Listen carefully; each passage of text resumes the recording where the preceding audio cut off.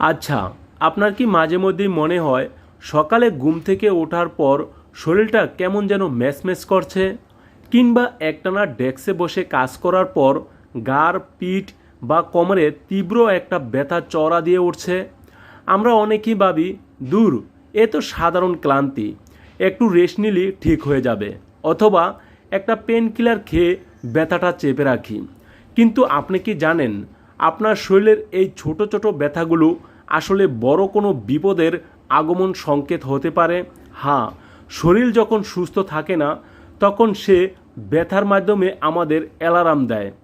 আজকের ভিডিওতে আমরা জানব শরীরের নানাবিধ ব্যথার মূল কারণ কী, কোন লক্ষণগুলো দেখলে সাবধান হতে হবে, এবং ব্যথা অবহেলা করলে আপনার শরীরে কী মারাত্মক পরিণতি ঘটতে পারে। ভিডিওটি শেষ পর্যন্ত দেখুন, কারণ একটি ছোট্ট অবহেলা আপনার সারা জীবনের পঙ্গত্বের কারণ হতে পারে। প্রথমেই আসা যাক, আমাদের শরীরে আসলে ব্যথা হয় কেন।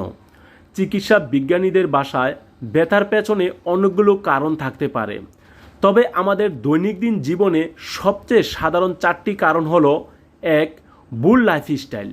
আমরা ঘন্টার পর ঘন্টা কুজু হয়ে ফোন ব্যবহার করি বা কম্পিউটারের সামনে বসে থাকি।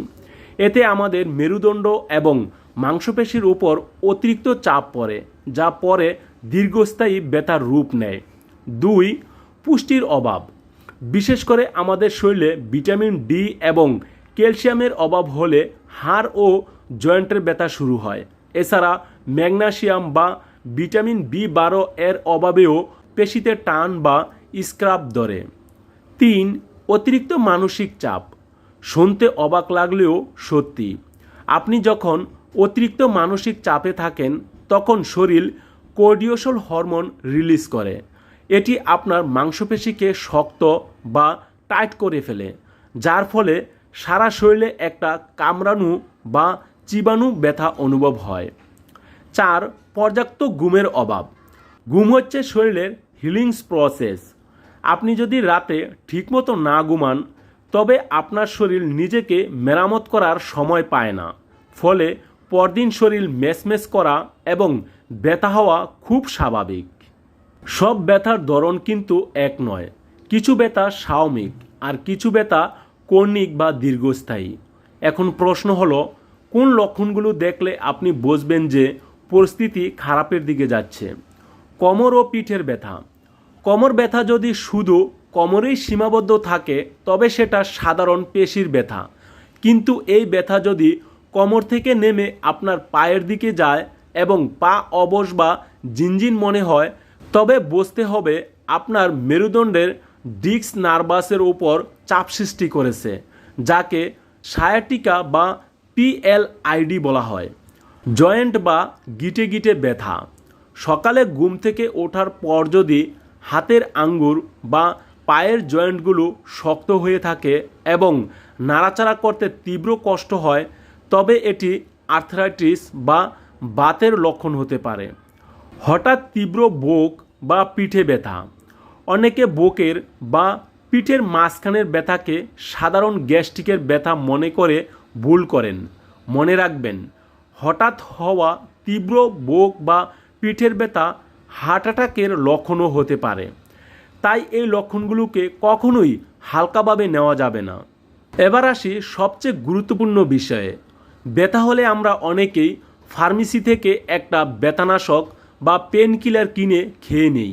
সাময়িকভাবে ব্যথা কমে যায় আর আমরা ভাবি আমরা সুস্থ, কিন্তু এই অবহেলার পরিণতি যে কতটা ভয়াবহ হতে পারে তা শুনলে আপনি চমকে উঠবেন। প্রথমত, স্থায়ী পঙ্গত্ব।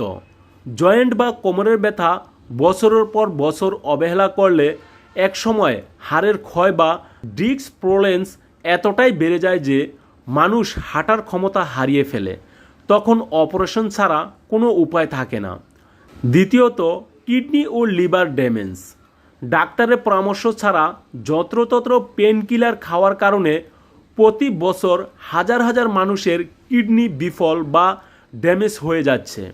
আপনি সাময়িক ব্যথা কমাতে গিয়ে নিজের অজান্তেই নিজেকে মৃত্যুর মুখে ঠেলে দিচ্ছেন। তৃতীয়ত, ক্রনিক পেন সিনড্রোম। যে কোনো ব্যথা যখন প্রাথমিক অবস্থায় চিকিৎসা করা হয় না, তখন আমাদের মস্তিষ্ক সেই ব্যথার সিগন্যালের অভ্যস্ত হয়ে যায়। একে ক্রনিক পেইন বলে, যা পরবর্তীতে কোনো ঔষধ বা থেরাপিতেও সহজে ভালো হয় না এবং মানুষকে মানসিকভাবে ডিপ্রেশনে ফেলে দেয়। তাহলে উপায় কি? শরীর ব্যথা থেকে বাঁচতে আমাদের আজ থেকেই সচেতন হতে হবে। 1. প্রতিদিন অন্তত 7-8 ঘন্টা গভীর ঘুমানোর চেষ্টা করুন। 2. ডেস্কে কাজ করার সময় প্রতি 45 মিনিট পর পর একটু উঠে দাঁড়ান এবং শরীর স্ট্রেচিং করুন। 3. রোদে যান যাতে শরীর পর্যাপ্ত ভিটামিন ডি পায় এবং ক্যালসিয়াম সমৃদ্ধ খাবার খান। 4. সবচেয়ে জরুরি কথা, যদি কোনো ব্যথা টানা 2 সপ্তাহের বেশি স্থায়ী হয়, তবে নিজে নিজে ডাক্তার না সেজে একজন বিশেষজ্ঞ চিকিৎসকের পরামর্শ নিন। আপনার শরীর আপনার সবচেয়ে বড় সম্পদ, একে অবহেলা করবেন না। ভিডিওটি যদি আপনার উপকারে এসে থাকে তবে অবশ্যই একটি লাইক দিন এবং আপনার পরিবার ও বন্ধুদের সাথে শেয়ার করুন, কারণ আপনার একটি শেয়ার হয়তো কাউকে বড় কোনো বিপদ থেকে বাঁচাতে পারে। সুস্থ থাকুন, সাবধানে থাকুন, দেখা হবে পরবর্তী ভিডিওতে।